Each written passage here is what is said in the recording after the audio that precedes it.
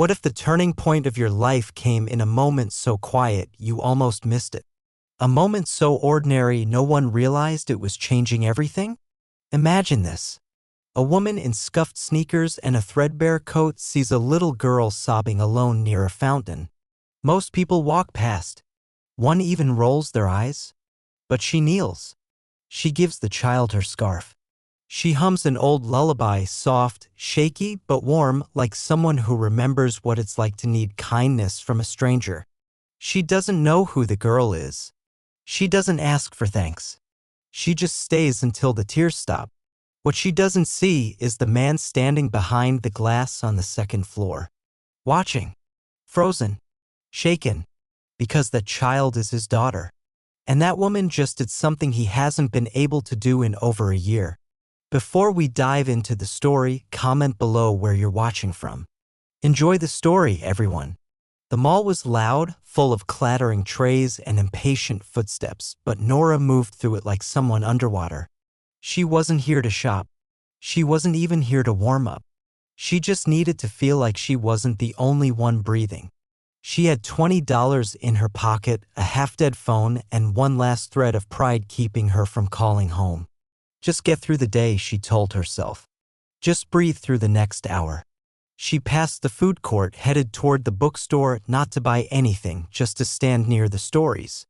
It had become a ritual lately, a way to anchor herself when her chest got too tight.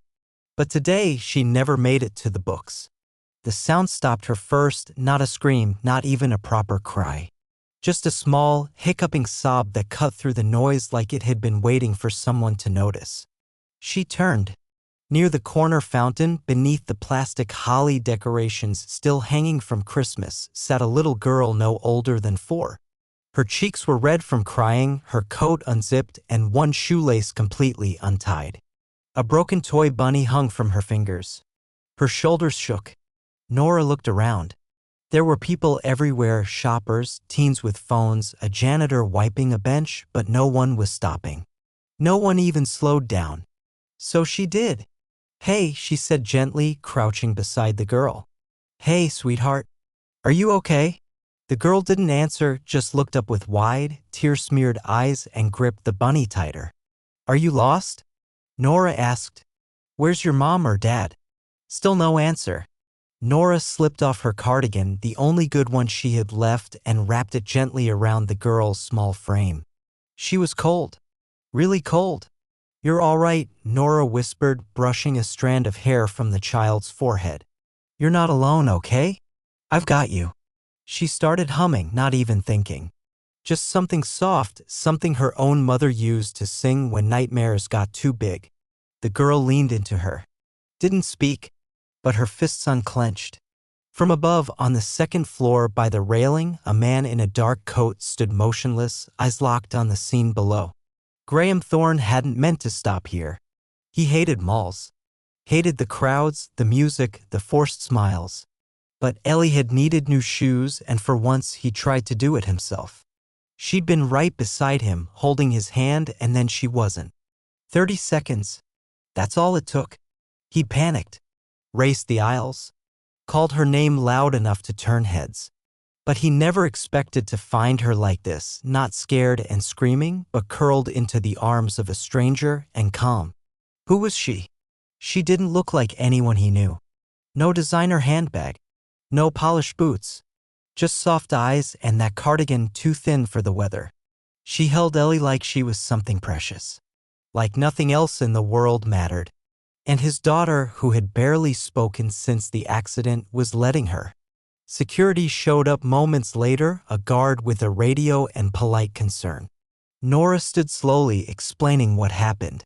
Ellie didn't cry again. She just held on to the woman's hand until Graham descended the escalator and stepped into view. "Ellie," he said, voice tight. The girl blinked and ran to him. Nora turned, saw the man she hadn't realized was watching, tall, sharp-lined, with tired eyes and a tension in his shoulders that hadn't eased in years. "You're her father?" she asked. He nodded, lifting the child easily. "Thank you for helping her." Nora shrugged. Anyone would've. They didn't. He looked at her then, really looked. There was something unreadable in his expression, like he was trying to solve a puzzle with no edges. "What's your name?" he asked. "Nora." He hesitated. "I'm Graham." She gave a polite smile, already stepping back. "Well, she's safe now. That's what matters." She didn't ask for anything. Didn't linger. Just nodded once and turned to leave. But Ellie, in her father's arms, reached out suddenly. "Don't go." The words were quiet, hoarse from crying, but clear. Nora froze. Graham's eyes widened. He looked at his daughter, stunned. "Ellie?" She looked between them. "Stay." And that was how it began. With a stranger's kindness. A child's voice returning. And a father who hadn't smiled in so long he'd almost forgotten how. Graham didn't usually do reckless things. Not anymore. Not since the accident. Not since silence became the safest place he knew. But as he stood there in the middle of a mall holding his daughter and staring at the woman who had calmed her with nothing but presence and warmth, he said something wildly out of character. "Would you have lunch with us?" Nora blinked. "I'm sorry." He shifted Ellie in his arms. "Just here. There's a cafe upstairs.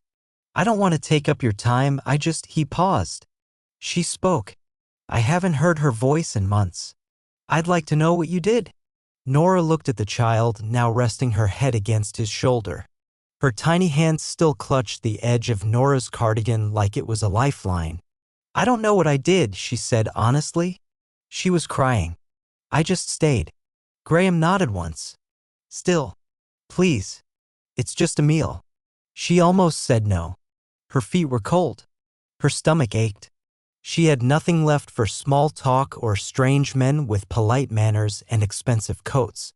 But the girl, Ellie, was looking at her like she already belonged to the moment.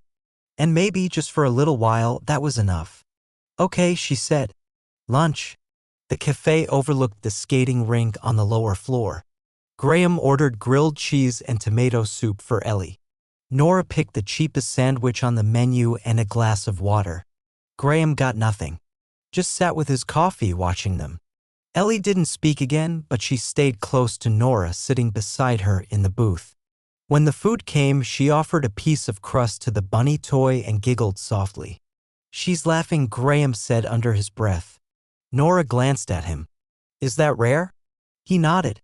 "Since the accident, she's barely anything. Her therapist says not to push, just to wait. But waiting feels a lot like losing." Nora didn't press. She didn't ask what accident. The words felt sacred somehow, not hers to touch. "Maybe she didn't need someone to fix her," she said gently. "Maybe she just needed someone to sit still." He looked at her then, not like a stranger, but like someone seeing the shape of a lifeline and not sure if he deserved to take it. After lunch, he paid in cash and held the door as Nora and Ellie stepped out. The wind had picked up, sharp and cold. Nora tugged her coat tighter. "Do you have a ride?" he asked. "I walked." "You live nearby?" "A bit." "Let me drive you." She shook her head. "I'm okay. Really."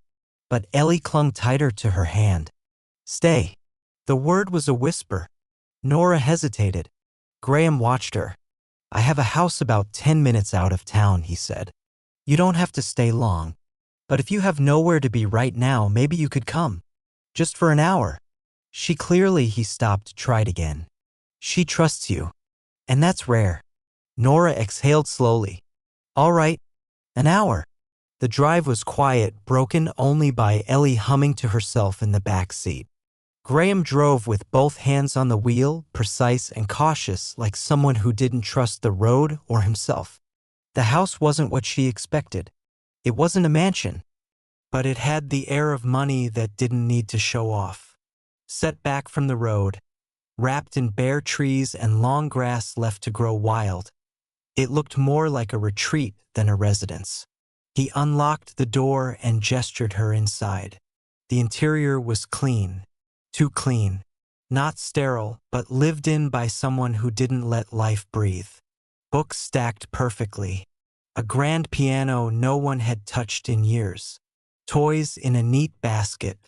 Photos turned face down on a side table. She set her bag down gently, unsure of her place. Ellie ran into the living room, plopped on the floor, and pulled Nora with her. They colored with broken crayons on printer paper while Graham stood in the doorway, watching with something close to awe. "You said an hour," he murmured later, when Nora rose to check the time. "I did. But she hasn't looked at me like that in months. I didn't do anything." He stepped closer. "You did everything." She shook her head. "I'm not a miracle worker. I'm not even someone who should be here." "Why not?" She looked around. "This house, this life, it's not mine." He followed her gaze. "It doesn't feel like mine either." Silence fell. Not heavy, just shared. Then, softly, he said, "Would you come back tomorrow?" Nora looked at him, the man who hadn't smiled all day, whose voice still carried grief like it was stitched into his ribs. He didn't beg, didn't offer money, just a question. "I don't know," she said honestly. He nodded. "Then maybe just give me your number." "I don't have a working phone." That made him pause. "Oh," she half smiled. "I wasn't kidding. I really did walk here." He let out the smallest breath of a laugh. "Then I guess I'll have to hope you show up." And the strangest part was, she kind of wanted to. The next morning, she stood outside the house again. Nora didn't know why she came back. It wasn't about Ellie, though the girl's face had haunted her all night. It wasn't about the house, though it had felt more like shelter than any place she'd been in months. And it wasn't about Graham, not really. But something in her chest tugged when she thought of him standing in that too-quiet house, waiting for a miracle to knock twice. She raised her hand to knock. The door opened before she touched it.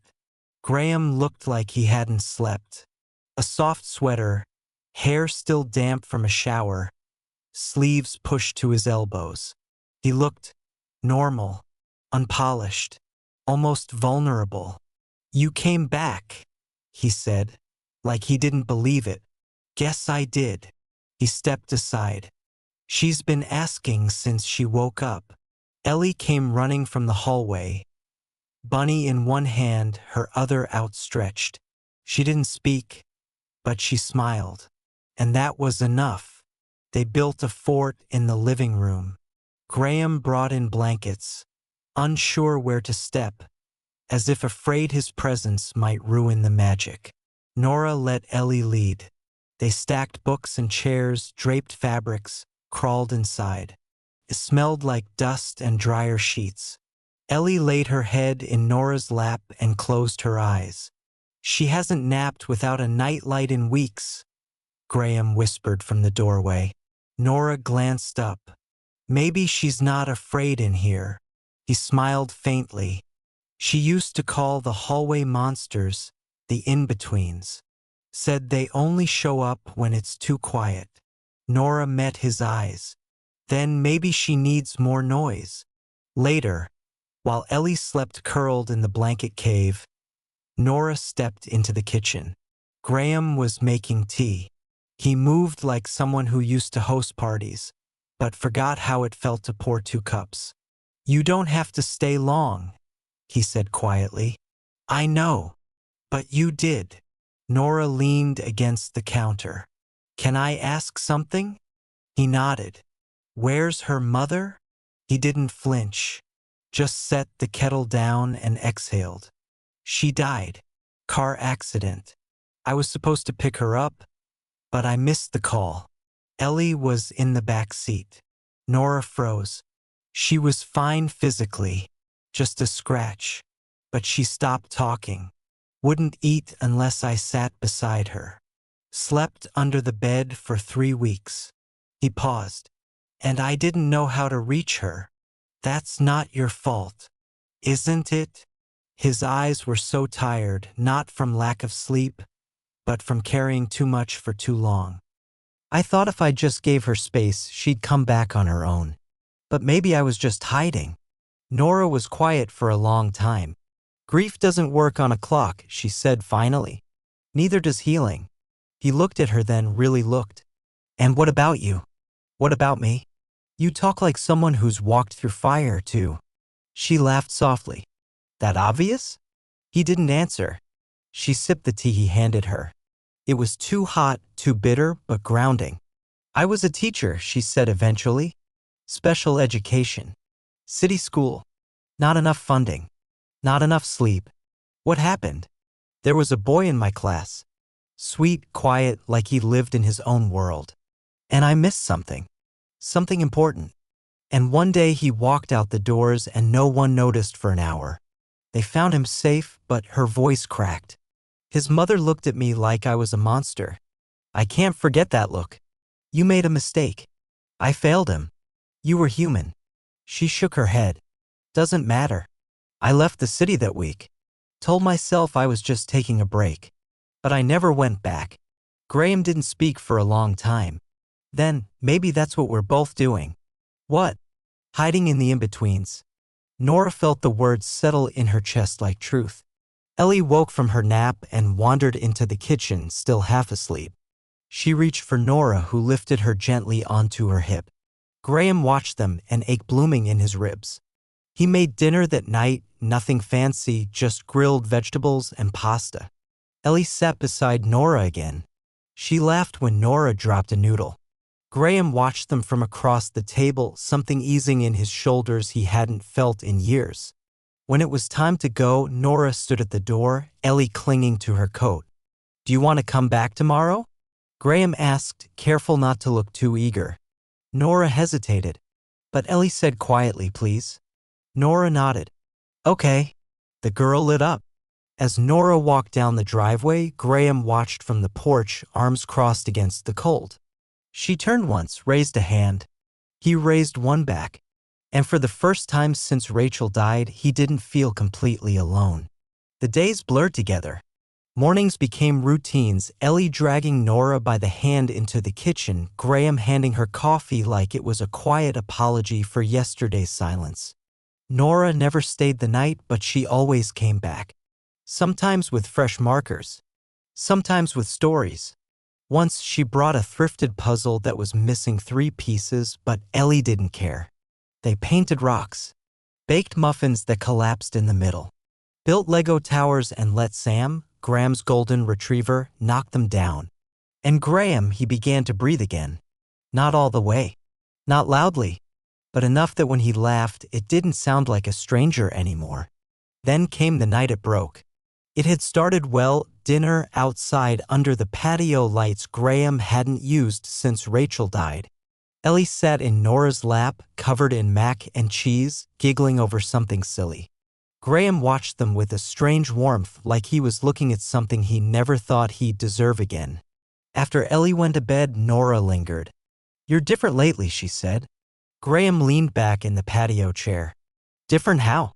You talk. You smile. You leave dishes in the sink. Reckless, I know. She smiled. It suits you. The silence between them softened, became something almost intimate. Nora, he said slowly. I keep thinking. But he didn't finish. Because her phone, the ancient one she'd only recently charged, buzzed on the table. One missed call. Then another. She silenced it, but Graham's eyes had caught the name on the screen. Eric, work? She froze. He said nothing at first. Just reached for his glass of water. You said you left your job, he said quietly. I did. Is that your boss? He was. It's complicated. Nora. She looked at him. What? You said you left because of a mistake. But that sounded like something else. She stood up, tension rising. I don't owe you every part of my story. No, you don't. But you've been in my house. In my daughter's life. I think I deserve to know if there's more to it. I'm not dangerous. I didn't say you were. But secrets have weight. Her voice rose. You're one to talk. I've been coming here for days and I still don't know what you do for a living. He paused. I'm a software engineer. I own the rights to 2 platforms you've probably never heard of. One was bought out by a company you have heard of. Which one? Arcbright. She froze. You worked at Arkwright? He nodded once. My ex, she stopped. Never mind. No. Say it. She looked away. He works there. He was the one who reported my mistake. And then slept with my replacement. Silence. Graham blinked. I thought I'd find peace by leaving, she continued. But I just carried everything with me. You're not alone in that. No? She turned on him. Because you talk about Rachel like she's a fact, not a feeling. You act like Ellie's healing, but you're still living in a museum of what used to be. Every photo in this house is turned down, Graham. His jaw tightened. That's not your call. No. But someone has to say it. They stared at each other across the deck. Raw. Exposed. And then Ellie's voice, small and shaken. Why are you yelling? Nora spun. The girl stood at the doorway, bunny limp in her arms, eyes wide and wet. I'm sorry, sweetheart, Nora said, heartbreaking. Graham stepped forward. It's okay, Ellie. We're not mad at you. The girl looked between them. Are you going away? Nora knelt beside her. No. I'm just going home for the night. Ellie whispered, You promise to come back? Nora nodded even as her voice caught. I promise. But she didn't mean it. Not really. Not after what had just cracked open. Later, Graham found himself walking the hallway. He passed Ellie's room. Stopped by the piano Rachel never played. Ended in his office. He sat down, pulled open the drawer he hadn't touched in months, and stared at the framed photo inside, Rachel laughing in the kitchen, flour on her nose. Ellie just a baby in her arms. They'd been happy once. But happiness didn't survive impact. He didn't sleep. And the next morning, Nora didn't come. No call. No text. Just silence. He tried to convince himself she needed space. That maybe she'd return when the dust settled. But by sunset he knew better. She wasn't coming back. 3 days passed. Nora didn't return. Graham checked the driveway each morning, pretending he wasn't. Ellie stopped asking by the second evening. She didn't cry. She didn't rage. She just curled up on the couch with her bunny and stared at the window. Graham tried to fill the silence. He made pancakes that burned. Suggested puzzles. Played music too softly for her to dance. Nothing worked. That night, he found her in the hallway staring at the spot where Nora had once hung her cardigan. She forgot it, Ellie whispered. Graham crouched beside her. Maybe she'll come back for it. Ellie looked up. Do you want her to? He hesitated. Then, yes. The little girl nodded once, solemn and tired. Me too. In the city, Nora sat in a laundromat, watching clothes tumble and twist in circles. The air smelled like lemon detergent and stale regret. Her phone buzzed with another message from Eric. She didn't open it. She had told herself she needed distance. That the argument had shown her something real, that Graham wasn't ready, or maybe she wasn't. But the truth was simpler. She missed them. Not the house. Not the meals. Them. Ellie's laugh. Graham's silence softening. The sense that she'd stumbled into a life that asked nothing more than for her to stay.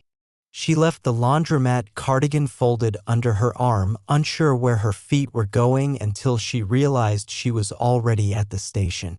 The bus back wasn't expensive, and she had enough hope left to ride it. Back at the house, Graham had just finished putting Ellie to bed. She hadn't spoken much, just laid the bunny beside her and pulled the blanket over her head. He walked downstairs, poured himself a glass of water, and leaned against the kitchen counter, trying not to think about the silence pressing in on all sides. Then, a knock. Soft. Hesitant. He didn't move at first. Didn't trust his own ears. The second knock came, and he went to the door. Nora stood there, cardigan in one hand, breath caught somewhere in her chest. Her hair was windblown, her eyes tired but clear. I didn't come for an apology, she said. I wouldn't give one unless you asked. I'm not angry. That's worse. She exhaled. I got scared. So did I. I wasn't running away from you, she said. I was running from the part of me that believed this couldn't be real. That people don't stay. That I'm not enough. Graham opened the door wider. I wanted to believe this was temporary, she whispered. Because if it was, it wouldn't hurt to lose. He stepped aside. She walked in. I'm not perfect, he said. I kept too much in. But I'm not asking you to carry it all. I want someone who'll sit with me in the quiet parts. The in-betweens. She looked at him, eyes burning. And I want someone who doesn't flinch when I fall apart, she said. Someone who knows I'm still worth choosing when I mess up. They stood there in the hallway. Close, but not touching. Then came the sound of bare feet on stairs. Ellie peeked from the banister. Her bunny dangled from her hand. Did she come back? She asked. Graham nodded. Yeah, she did. Ellie padded down the stairs, slow and sleepy, and wrapped her arms around Nora's waist. You left. I know. But now you're here. I am. Are you staying? Nora crouched to her level. Only if it's okay with you. Ellie didn't hesitate. It's okay. She grabbed Nora's hand and pulled her toward the living room. Come see my drawing. It's got you in it now. Later that night, after Ellie had fallen asleep in her room with the night light glowing, Graham and Nora stood on the back porch. The wind had calmed. The air smelled like pine and something warm. I don't know how to do this, he said. Good, she replied, leaning her shoulder against his. Then we'll learn together. He didn't kiss her. He just rested his forehead gently against hers. And somehow that was more than enough. The next morning, Nora unpacked her things. She found a drawer for her clothes, a spot for her tea. She helped Ellie braid her hair before school and left a note in her lunchbox that said, "You are stronger than the monsters in the hallway." And Graham? He reopened the piano room, turned one photo face up, began to write again, not code, but stories. Short ones. About a woman in a threadbare coat who knelt beside a crying child and accidentally changed a life. One night, Nora found a new picture taped to the fridge. A house drawn in crayon, windows glowing, a swing out front, a tall stick figure beside a shorter one holding hands. 4 words floated in a red heart above them. You came back home.